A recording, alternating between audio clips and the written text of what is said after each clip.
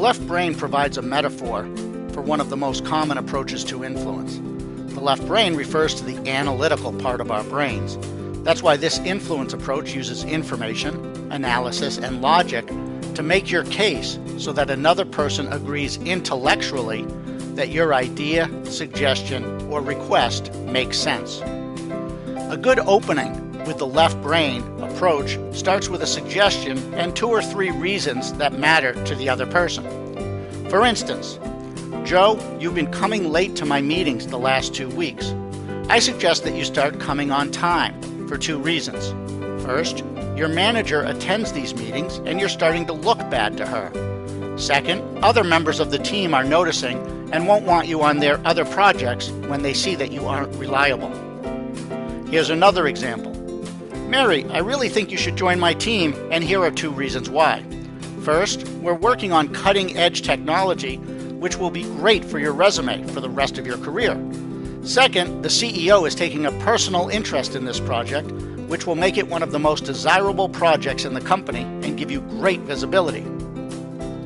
When the other person offers objections, this approach works best when you listen and respond with more facts, logic, and data. In other words, keep using the left brain approach. In the previous example, if Mary says that she's concerned about the time commitment, we might reply, yes, it will take a larger time commitment than some other, less important projects.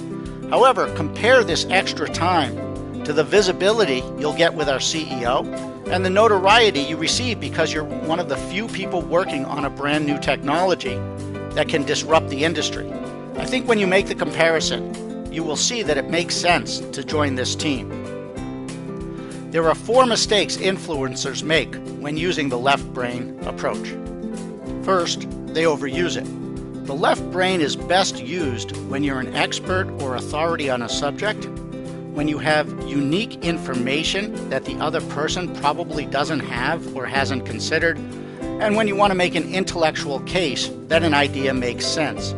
This is why professionals like doctors, attorneys, and consultants use this approach regularly. If your goal is to get the other person to commit or be emotionally invested, other approaches usually work better. Be sure that you don't over-rely on the left brain approach. You don't want to be the classic one-trick pony when it comes to influence. Second, sometimes people use too many reasons to make their case. Support your case with no more than 2 or 3 reasons, facts, or salient points. If you give a long list to back up your suggestion or point, the other person will tune out. Third, the influencer uses reasons that don't matter to the other person. For instance, going back to Joe and his tardiness, suppose I had said, Joe, I suggest you start coming on time to my meetings. First, I really need these meetings to start on time so that I can be efficient.